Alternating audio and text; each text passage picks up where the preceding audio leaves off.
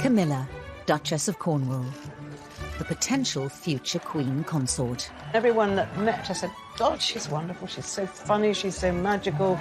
On the surface, a conventional royal partner, always destined to be by Charles's side.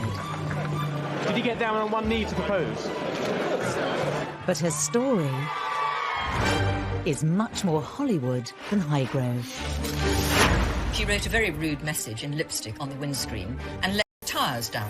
Who is the woman that Charles risked everything for?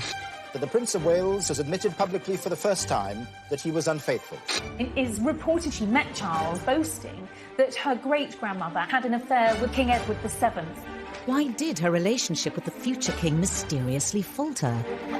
People have said, slightly tongue-in-cheek, senior members of the royal family were there at the wedding just to make sure it really happened. How did she go from being seen as Britain's most hated woman? This must have been an absolutely traumatic period in her life. To loved royal. She had, up until that point, really been relatively anonymous. Before Meghan, was she the original unsuitable bride? Mountbatten was absolutely horrified. He insisted that Camilla was excellent mistress material, but was certainly not wife material. This is the story of Camilla before Charles. It's been a roller coaster of a relationship with lots of turbulence, complications. A tale of love, betrayal and redemption. It's almost Shakespearean in its tragedy. You couldn't make this up.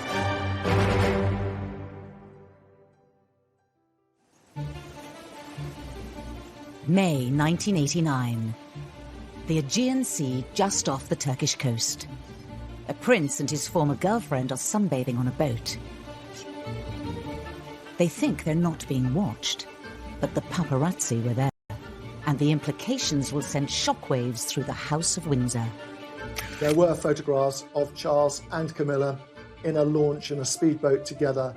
Charles was shirtless, topless in his swimming trunks, and it was quite striking. And those really were the first time that the wider public and the media began to wonder whether there was something going on.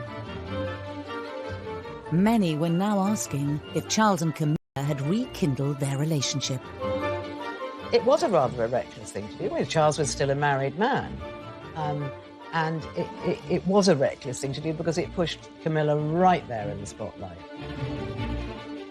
In public, Charles doesn't comment on the rumours. But a 1989 transcript of a phone conversation between the two reveals intimate details of their mutual affair.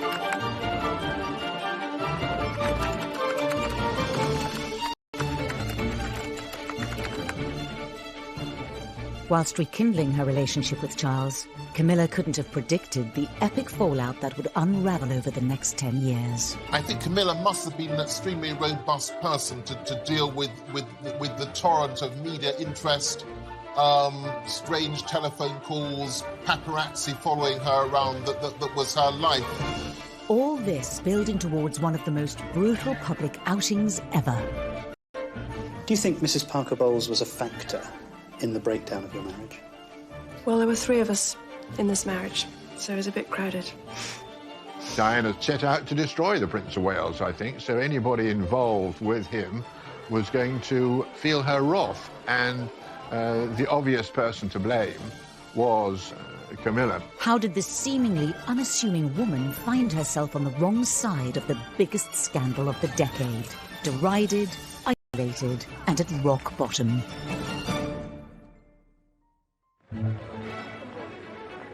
The story starts 8 years earlier with a wedding that mesmerised a nation. I mean, here we had the Prince of Wales, a rather dashing and glamorous figure himself, then known as Action Man in the popular press, and this extremely striking and beautiful young woman. And the whole country got swept up in it.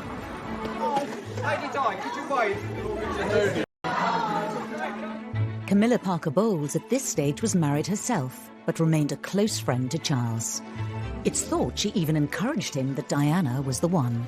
In that period, Charles's life was difficult and he knew he was under pressure to find a wife, and Camilla thought she'd be perfect for Prince Charles.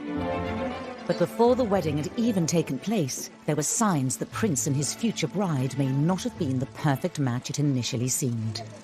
If you look back at that engagement interview, you can see that they're really not at ease in each other's company at all. They're not a tactile, loving couple. I mean, Charles just simply can't bring any emotion to the interview. Can you find the words to sum up how you feel today, both of you? Difficult to find that sort of word, isn't it, really? Just delighted and happy. And I'm amazed that she's been brave enough to take me on. And I suppose in love. Of course. Whatever in love means. Whilst reportedly encouraging the marriage, that was as far as it went, according to some royal observers. Camilla might have been the older woman who had dated the prince before Diana and who was in a good position to give Diana some counsel in those... Charles and Camilla had met 10 years earlier through a mutual friend. The first time when they met in 1971, 72, they had a brief romantic relationship. It only lasted for about 6 months. Camilla married Andrew Parker Bowles. The second phase of their relationship was when she was married to Andrew. Prior to the wedding to Charles, had Diana known how close Charles and Camilla had truly been? Were there warning signs? Shortly before his wedding, Charles wanted to thank a number of women who'd been very kind to him over the years of his bachelorhood. And Camilla was one of them. Diana found this bracelet that Charles had specially made for Camilla. It had the initials GF on it, and she immediately realised that this was for Camilla. And Diana was said to be aware of the nickname Charles had for Camilla. When Prince Charles was growing up, very, very popular show on the radio was The Goon Show. There were 2 characters in it called Gladys and Fred, who were like lovers, and these were the nicknames from very, very early on that Charles and Camilla gave each other. It really, hurt her, and she became obsessed. She became obsessed with Camilla. The wedding went ahead on the 29th of July, 1981. Watched by a global television audience of 750 million people. Probably the most flamboyant wedding anywhere in the world in the last century. I mean, an extraordinary spectacle. And in the congregation, Camilla Parker Bowles. And Diana knew that she was there. The history that Camilla had with the man that she was about to marry. And it's quite poignant, I think, that out of the thousands of people in St. Paul's, it was Camilla who Diana zoned in on. From Camilla's point of view, she's now watching a man she's been in love with for a very long time, walking down the aisle in this fairy tale, happily ever after story. And for her, she must have had a huge mixture of emotions. How are you enjoying married life? Highly recommend. Diana naively believed that as a result of the marriage, the mistress would fade away and we'd all live happily ever after. But of course, that never happened. And contrary to what a lot of commentators have said, Camilla didn't go away.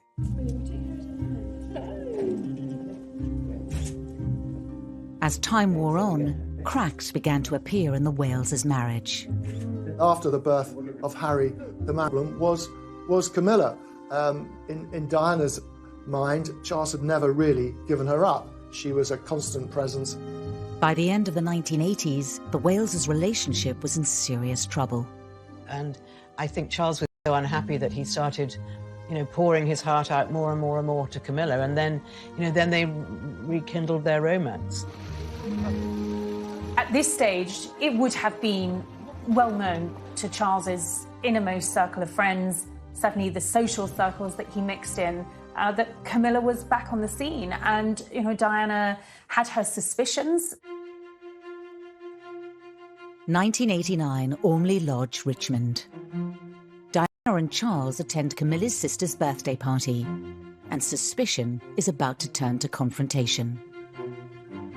There was this extraordinary atmosphere that once we'd arrived, Diana arrived, and of course there were the friends of Camilla and indeed her sister. Ken Wharf was Diana's bodyguard and was there on the night. About an hour and a half later that Diana's voice was heard along the corridor near the kitchen where I was. She sat, shouting my name, and she said, I just can't find my husband, or Camilla.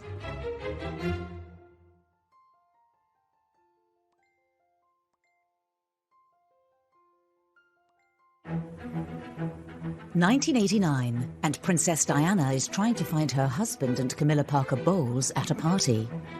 Her bodyguard, Ken Worf, is helping her. We began an exploration of the house. Sat on the sofa was the Prince of Wales and Camilla actually talking. And Diana said, listen, please don't treat me like an idiot. You know, I know what's going on.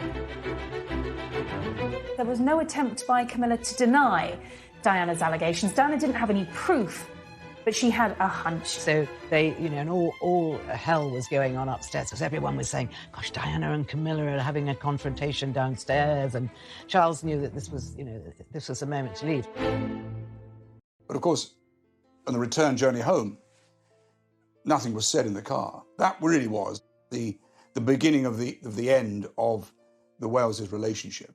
It is announced from Buckingham Palace that, with regret, the Prince and Princess of Wales have decided to separate.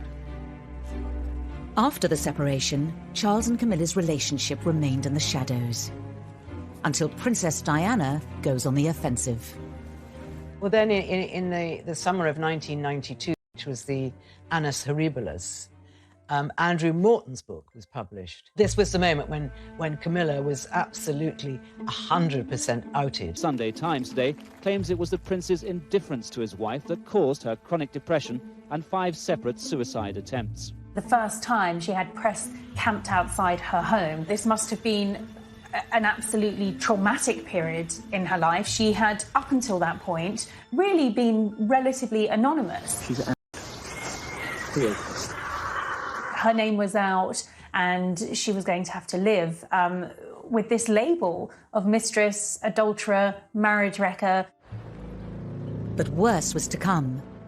In January 1993, the People newspaper published the transcripts of a conversation between Charles and Camilla, first recorded in 1989. It was hugely embarrassing because it was almost lavatorial in its description of their love for each other, what they wanted, how they longed for each other. With their reputations in freefall, in June 1994, Charles takes part in an unprecedented interview. Did you try to be faithful and honourable to your wife when you took on the vow of marriage? Yes, absolutely. And you were? Yes. Until it became irretrievably broken down. Mrs. Parker Bowles is a great friend of mine.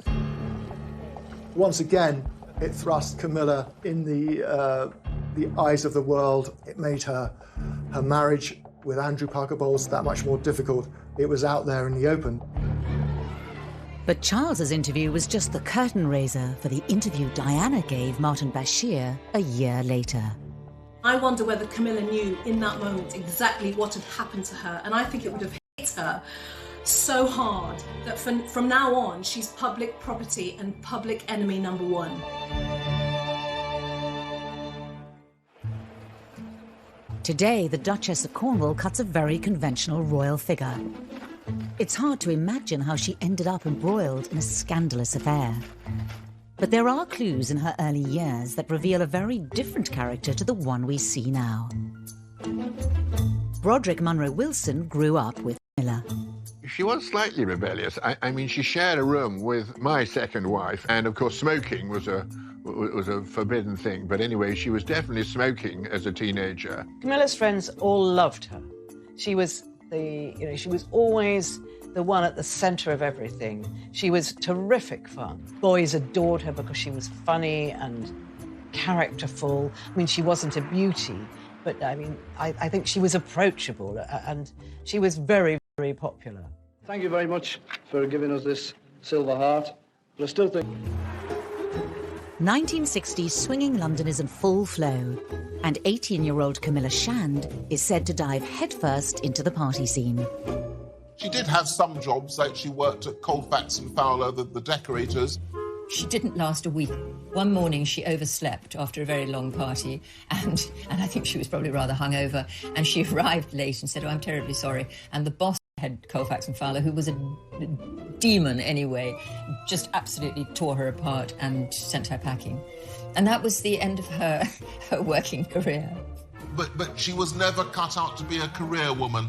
But I think she had a lot of fun in swinging London. She was famously a party girl in the mid-60s. And, you know, she might go to 3 parties a night, 5 days a week. I mean, she was extraordinary. She absolutely loved partying.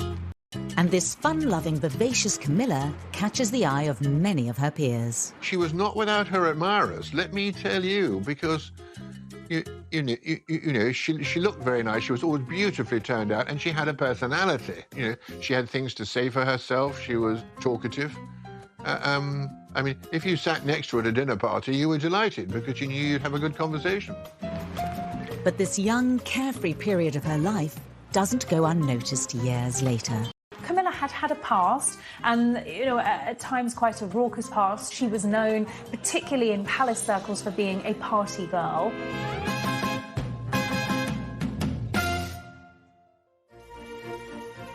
In fact, Camilla's family's reputation went back many, many years. And it is reported to have broken the ice when she met Charles by almost boasting that her great-grandmother, Alice Keppel, had had an affair with another heir apparent, King Edward VII. So she was aware of that royal connection. It shows what an extraordinary family they were. Alice Keppel wasn't a sort of dark, embarrassing secret. You know, the fact that she'd been mistress to a king, this was something the whole family admired. So here we had a situation. Alice Keppel was Camilla's great-great-grandmother. King Edward VII was the Prince of Wales's great-great-grandfather.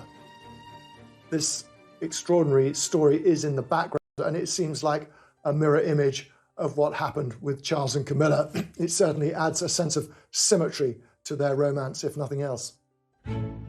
It's not surprising that Camilla's great-grandmother was able to move in royal circles, and for the alleged affair to have taken place. Her family have been on the fringes of the aristocracy for generations. Born Camilla Shand in 1947, she had a textbook childhood. She had a very happy childhood. She was the eldest of 3, the firstborn, and then she had a younger sister, Annabelle, and then their brother, Mark. Her father, Major Bruce Shand, was a real military hero. He was actually given the Military Cross thrice, which is the most astonishing thing, a very, very gallant officer. Her mother was from a very, very wealthy family called the Cubitt family. And the Cubitts in the 19th century had built much of central London. She lived about 15 miles from me. And the great thing is that we were all in the pony club. Everybody had a pony, everybody rode, everybody hunted. We used to have little mini dances which would start at about 8 o'clock and go on to 12, where you'd dance for 2 hours, have a sort of buffet dinner, and then dance for another 2 hours, and then somebody would come, and the chauffeur or somebody would pick you up at 12 o'clock. That was Sussex society. As the daughter from a traditional upper-class family, Camilla followed the well-trodden path set out for her. Coming from the family that she did, an aristocratic family, her father, Major Bruce Shand, very much respected military man. Yes, in many ways, Camilla's life was mapped out. It was never going to be overcomplicated. Camilla attended Queensgate School in London, a very prestigious school. She was known as Miller. She was known for being pretty posh, but also good fun, and at heart, a tomboy who was definitely happier on a horse than in the classroom. She went off to a finishing school, 9 months in Switzerland, on the shores of Lake Geneva, where she learned to ski and perfected her French, but not much else. There was no emphasis at all on doing well academically. I think Camilla got 1 O-level because she was taught to get out of a car while keeping her knees together. I mean, they really walked around with piles of books on their heads so they would walk beautifully because they were being trained to be wives. And at this time, the question of who would be good to marry within this world of wealth, money and privilege was obvious. A member of the royal family would be the ultimate catch. I think society was more hierarchical, really, right up until the 1970s. 1980s, and it's hard to realise how powerful the class system was in Britain in that era, especially at those echelons of society. I think it was always expected that she was going to marry someone that would either give her a title or at least a double-barrelled name, and that she was going to marry up into those aristocratic circles. But was this the life for Camilla? Did she want to marry a duke or an earl? Weren't aristocrats. She had no particular ambitions to marry up. The 25th of March 1965. It's Milla Shand's debutante party. The party turns out to be a landmark moment in her life. She had a coming-out party at Cersei's, which is just behind Harrods, which was one of the fashionable places to do it. The rite of passage, again, for this kind of upper-class English family would have been that their daughters would go through the debutante season. And that meant that they would go to loads and loads of parties and have loads of drinks and lots of food and meet lots and lots of men, maybe a potential husband. And that was the whole idea. At Camilla's party, she's introduced to a striking young man. She was then 17 when she first clapped eyes on Andrew Parker Bowles, who was a rather dashing army officer, about 7 or 8 years older than her. I think Andrew Parker Bowles was what's known as a Deb's delight. So a Deb is a debutante, an attractive upper-class girl, interested in meeting somebody interesting and well-established. And Andrew was your kind of perfect person to have at such a party. Very, very lively, although he had a bit of a colourful reputation, Andrew. But he was a very, very attractive and handsome man, a real catch.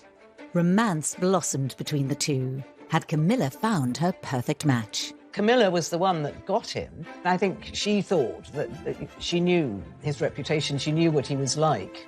But I think she thought that she could tame him. But sadly, of course, she couldn't.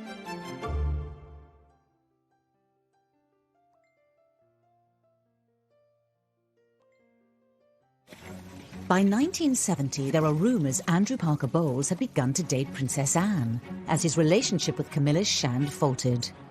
Andrew didn't necessarily finish with one girlfriend and then move on to the next. He had dated Princess Anne, of all people, and I think it overlapped with Camilla to some extent. A year later, Camilla was introduced to Prince Charles by a mutual friend, Lucia Santa Cruz. Lucia knew exactly what the situation was with Andrew Parker Bowles and Camilla, and she didn't think her friend was being treated properly. So she decided that it would be a good idea to introduce Camilla to Charles. Andrew Parker Bowles was often away on army tours. They took him all over the world, to Northern Ireland, of course, at that time, too.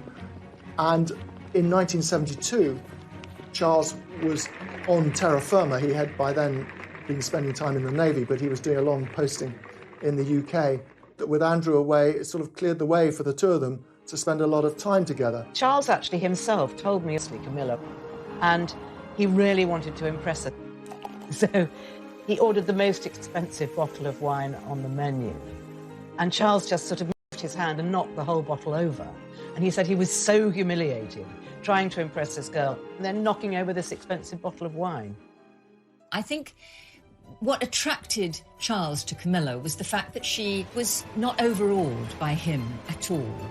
The fact that she was going out with the Prince of Wales, you know, he could have been Joe Bloggs. She didn't care.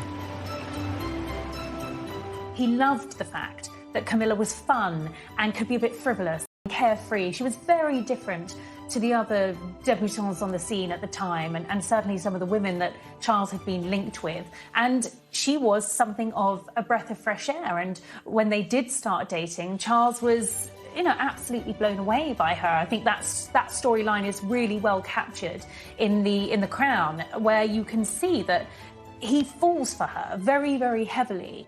In episode 9 of series 3, Prince Charles' feelings for Camilla were portrayed in this heartfelt and moving scene. And there's a feeling I've never had before. A sense of safety and belonging. And all that loneliness having vanished. It was all rather miraculous.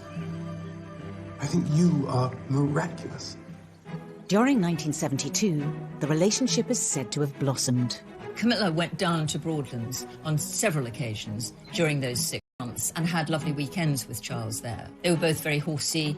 They both, they had a lot in common, Charles and Camilla.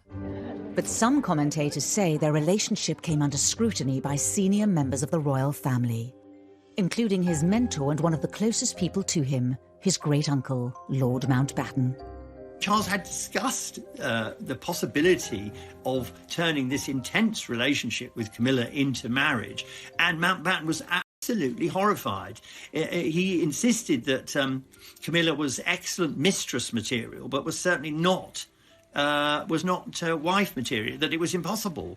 Why would Camilla Shand, an educated woman from a privileged family who moved in the right circles, be deemed unsuitable for the future king?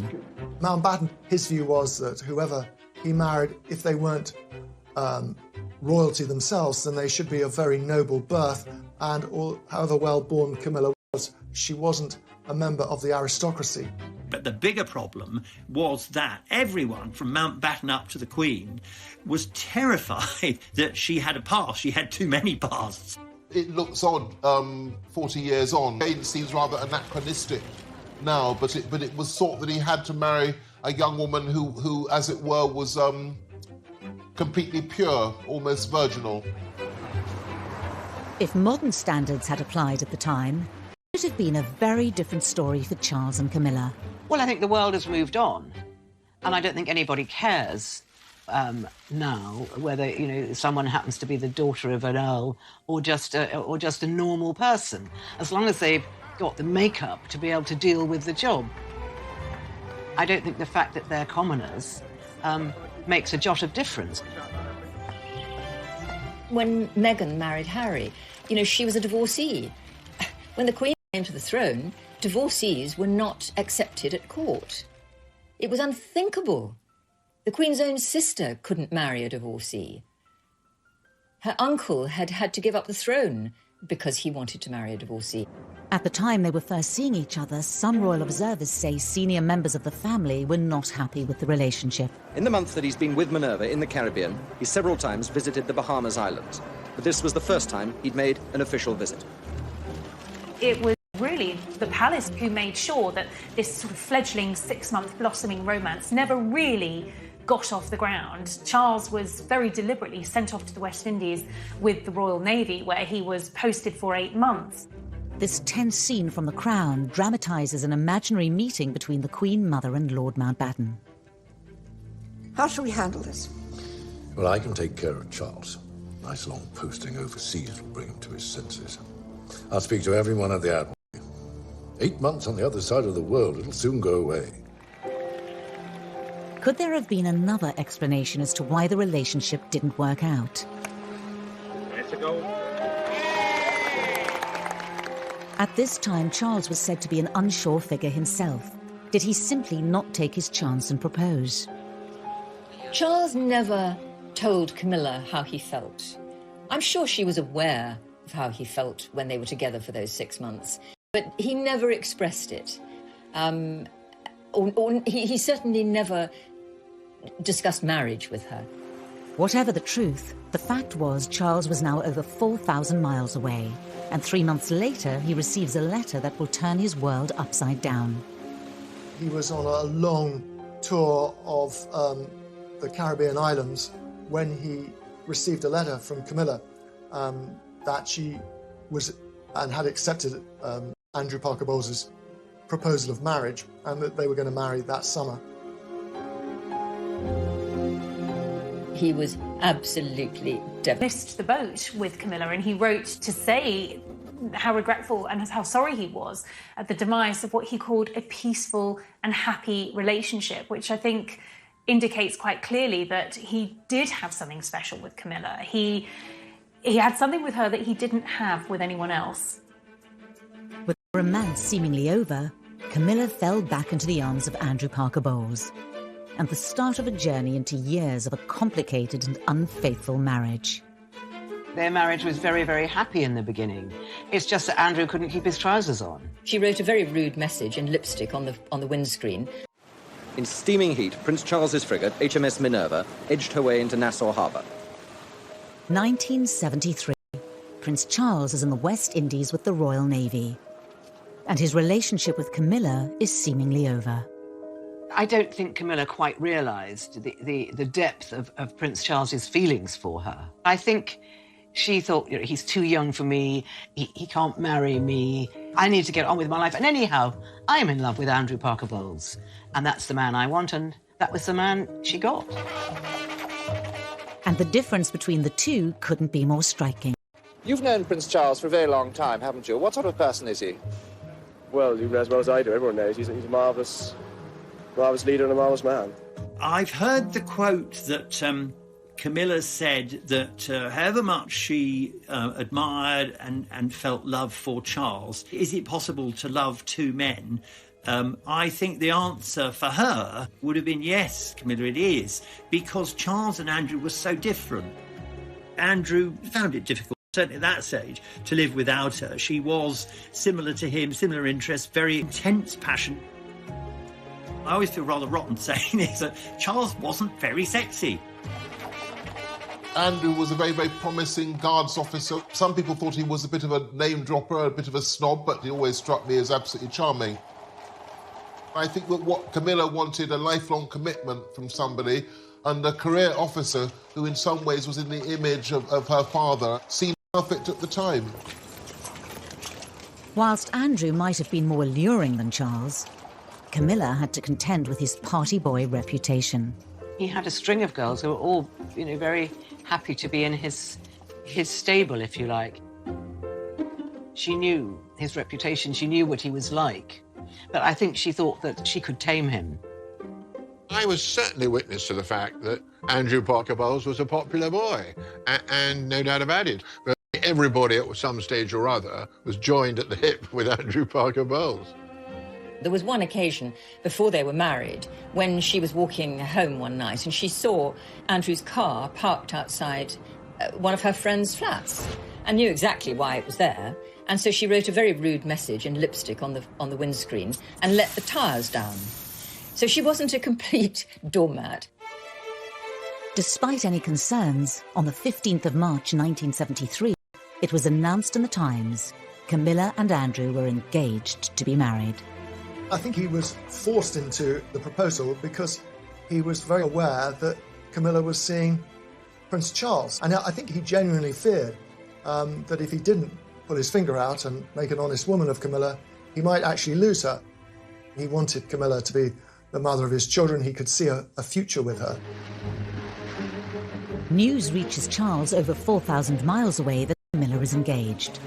According to insiders, he took drastic action and fired off several letters.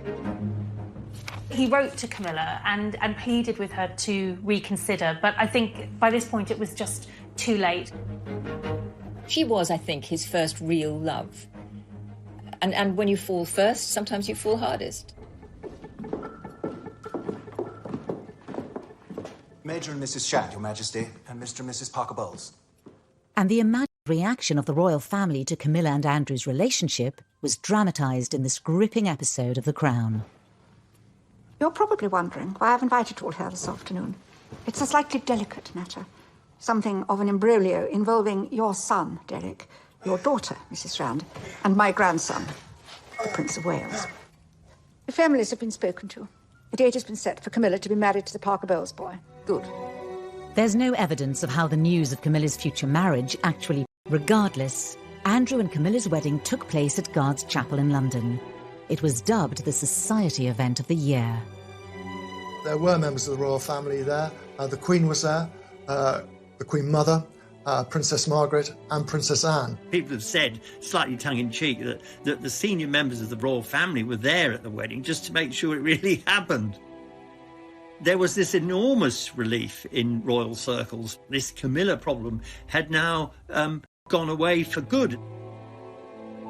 It was a very glamorous occasion. Of course, the one figure who wasn't there was the Prince of Wales. He was on his ship, and he wouldn't have gone anyway because it would have been very hurtful for him to see the woman that he still loved being married to somebody else. It was a very, very significant event, and nobody would have thought this wasn't a marriage that was going to last for decades. Camilla and Andrew went on to have 2 children, Tom and Laura.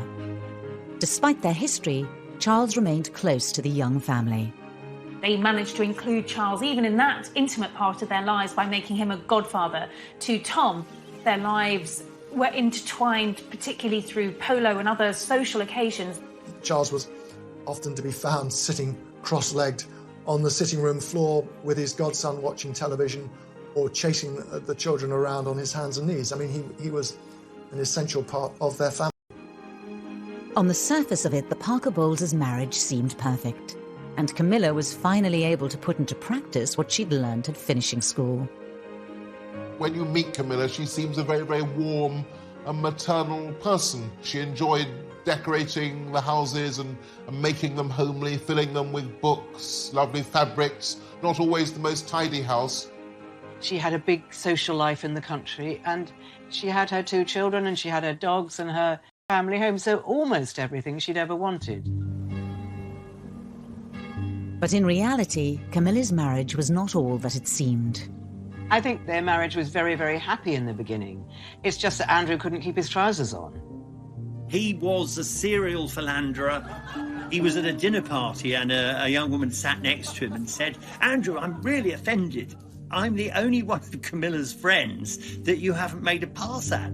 Oh, God, there was a huge amount of gossip.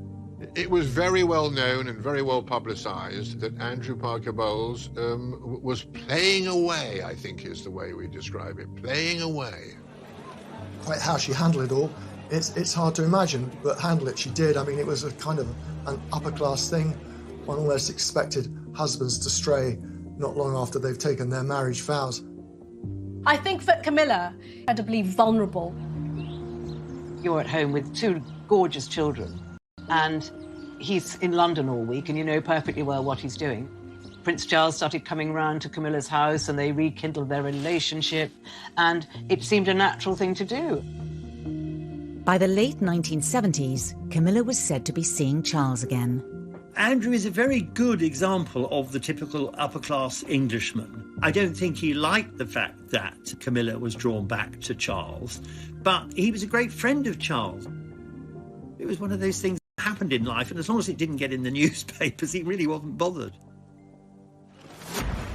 But in July 1980, everything changed when Prince Charles started dating Lady Diana Spencer. Are you bearing up with it quite well, though? Because it must be quite a strain with all of us after you. Well, it is, naturally. They started courting almost immediately. It was a rather prim and very old-fashioned courtship. They had very few actual moments together. They scarcely knew one another. However, around 6 months later, it was announced they were engaged. 11 a.m., Buckingham Palace. The beginning of a day to remember. The long-awaited, much written about engagement had happened. Well, he's getting on a bit, isn't it? About time we got married. And this was the first chance to see the ring of sapphires and diamonds. I believe the relationship between Charles and Camilla continued right up to 1981. I've spoken to people who confirm that, I don't know how to put this delicately, but Camilla and Charles had a sort of, well, they had a last night together in the week before the royal wedding in 1981. It was a sort of, you know, a farewell tryst. It's reported Prince Charles has denied these claims. And forsaking all other, keep thee only unto her, so long as you both shall live. I will. Camilla stepped back and their romance, the physical side of their attachment ended, and he was faithful, at least to start with, to Lady Diana. By the mid-80s, Charles and Diana's relationship was on the rocks. Friends of Charles were convinced that he was actually close to cracking up. He couldn't make his wife happy. They fought terribly. On the surface, all seemed well, of course, in public. They were a great double act. It wasn't long before Charles and Camilla's love affair was said to be reignited. It's always been given out that Charles and Camilla renewed their physical relationship around well before 1986. Come 1993, it all starts to unravel. The Prince of Wales has admitted publicly for the first time that he was unfaithful. Camilla Parker Bowles and her husband Andrew have decided to end their marriage of 21 years. Camilla becomes the story as the Wales's marriage crumbles. Camilla's poll ratings were abysmal. She was labelled a marriage breaker, a temptress and worse. For somebody who was private, who'd been a homemaker, a mother, she had to show great strength of character to get through that enormous intensity of media scrutiny. Camilla became the most hated woman in Britain, if not the world. She had photographers camped outside the family home. Camilla was suddenly famous, and she was famous for all the wrong reasons. She kept stum, you know, and was very, very dignified about it all. Diana was always finding a friendly journalist to tell her story. She never did that, and I think that's great credit to her. After Charles and Diana's divorce in 1996, Camilla's official introduction into Charles's life began. Charles had been very keen to try and ease Camilla into the public arena. He was tired of sneaking around, and so he employed a PR wizard called Mark Boland to help with this process and to try and rehabilitate the prince himself, because his reputation was in tatters. But a year later, everything ground to a halt. In the early hours of the 31st of August 1997, the unimaginable happens. The Press Association announced with a news flash at 4:41, that's just a few minutes ago, that Diana, Princess of Wales, has died.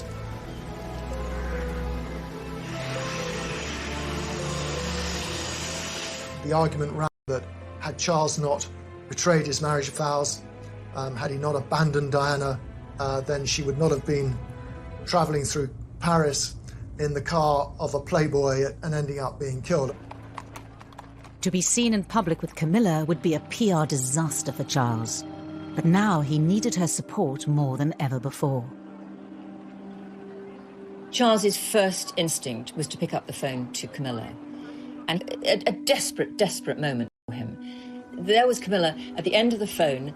It was a nightmare. It was a nightmare for her and a nightmare for him. But she has always been very reassuring.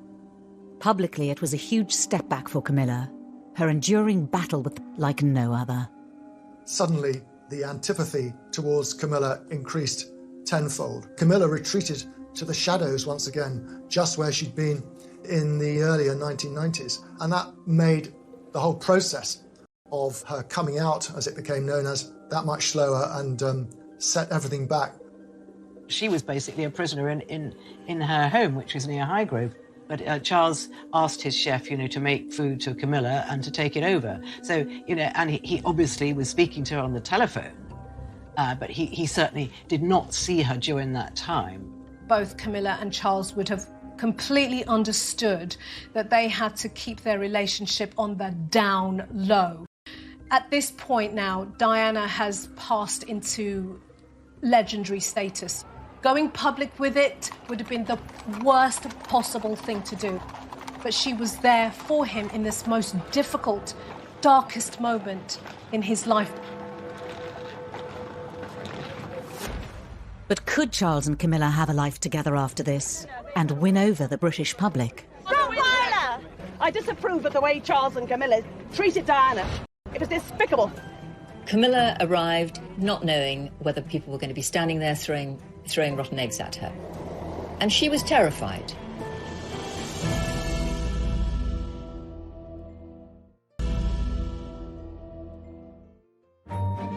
After Diana's death, reintroducing Charles and Camilla to public life would be an arduous process. One that'd take meticulous planning over the space of almost 17 months. Camilla was a non-negotiable part of his life. Charles was not going to give up, abandon this woman who had stood by him, who had given up so much, who had been traduced in the media.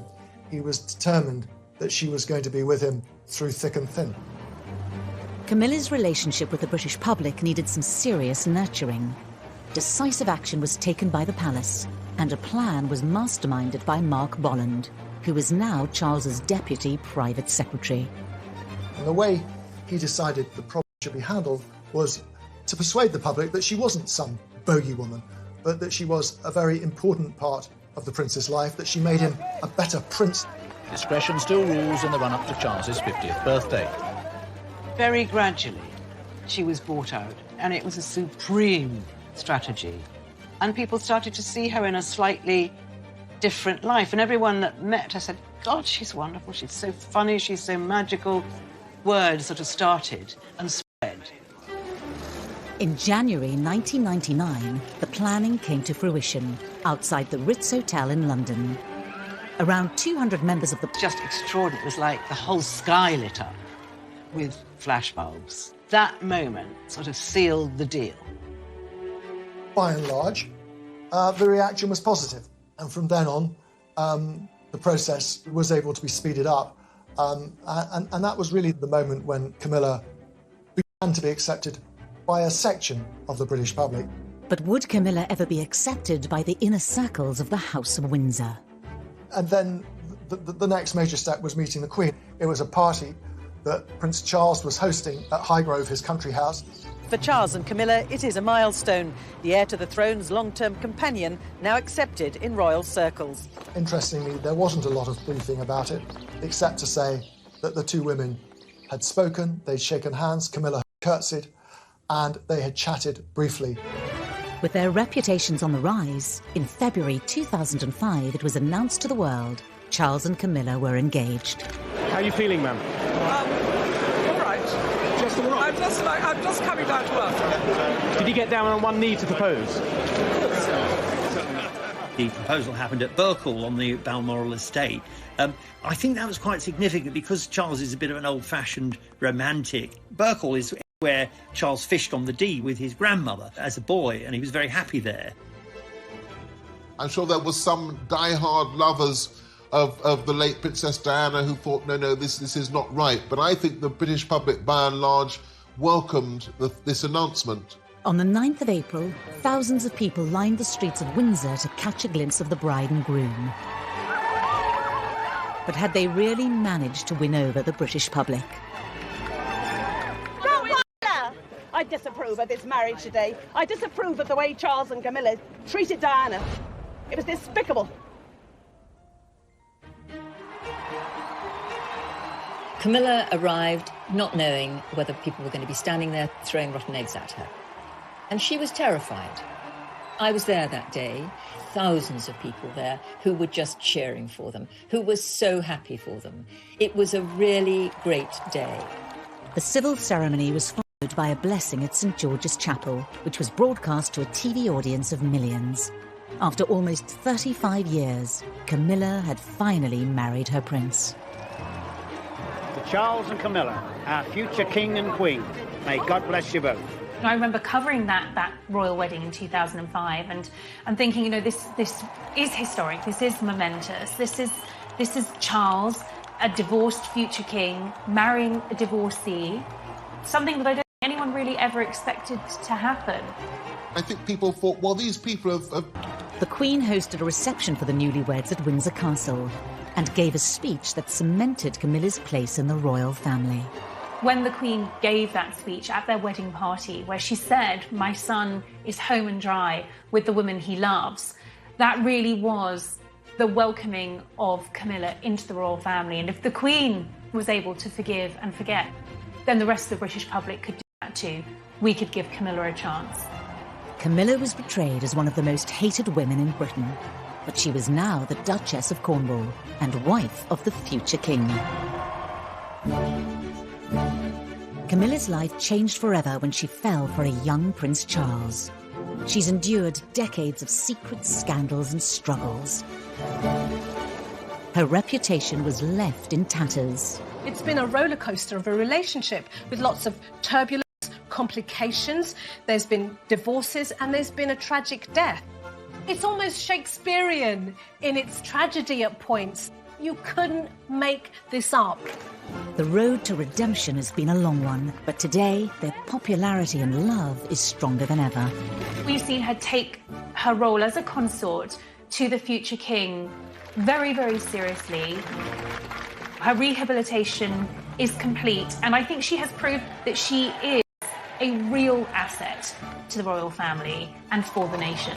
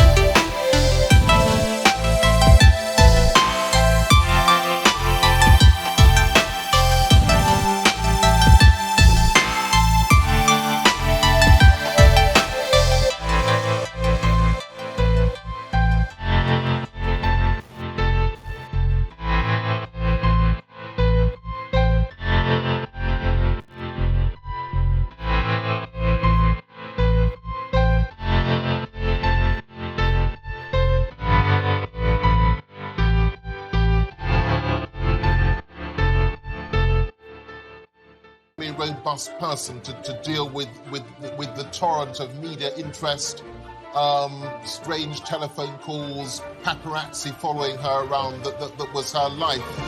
All this building towards one of the most brutal public outings ever. Do you think Mrs. Parker Bowles was a factor in the breakdown of your marriage? Well, there were 3 of us in this marriage, so it was a bit crowded. Diana set out to destroy the Prince of Wales, I think, so anybody involved with him was going to feel her wrath, and the obvious person to blame was Camilla. How did this seemingly unassuming woman find herself on the wrong side of the biggest scandal of the decade? Derided, isolated, and at rock bottom.